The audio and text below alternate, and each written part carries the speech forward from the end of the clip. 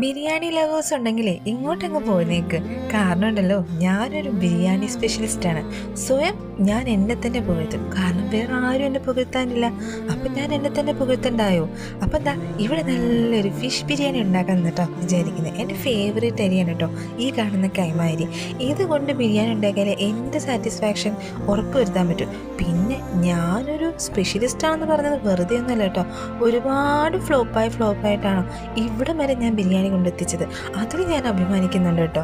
സത്യം പറഞ്ഞാൽ ഞാൻ പറഞ്ഞു വന്ന വേറൊന്നും അല്ല കേട്ടോ. കുക്കിംഗ് പഠിച്ചിരിക്കുന്നത് ഏറ്റവും ഇമ്പോർട്ടൻ്റ് ആയിട്ടൊരു കാര്യമാണ് കേട്ടോ. അതിന് ഹൈ പൊസിഷനായാലും ലോ പൊസിഷനായാലും കുക്കിംഗ് എന്നൊരു സംഭവം ഉണ്ടെങ്കിലുണ്ടല്ലോ ഏതൊരാളുടെ മനസ്സിലോട്ടും കയറി പറ്റാൻ പറ്റും.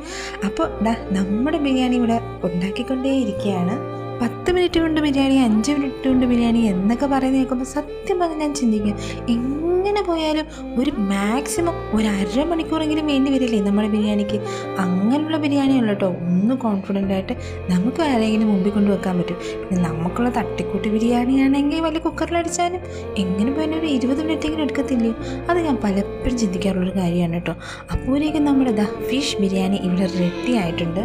ഈ ബിരിയാണി ഉണ്ടാക്കുമ്പോഴേ നമ്മൾ നന്നായിട്ട് ആഗ്രഹിച്ച് മനസ്സിൽ ഒരു കണക്കുകൂട്ടൽ നടത്തിയിട്ട് അങ്ങോട്ട് ഉണ്ടാക്കണം കേട്ടോ.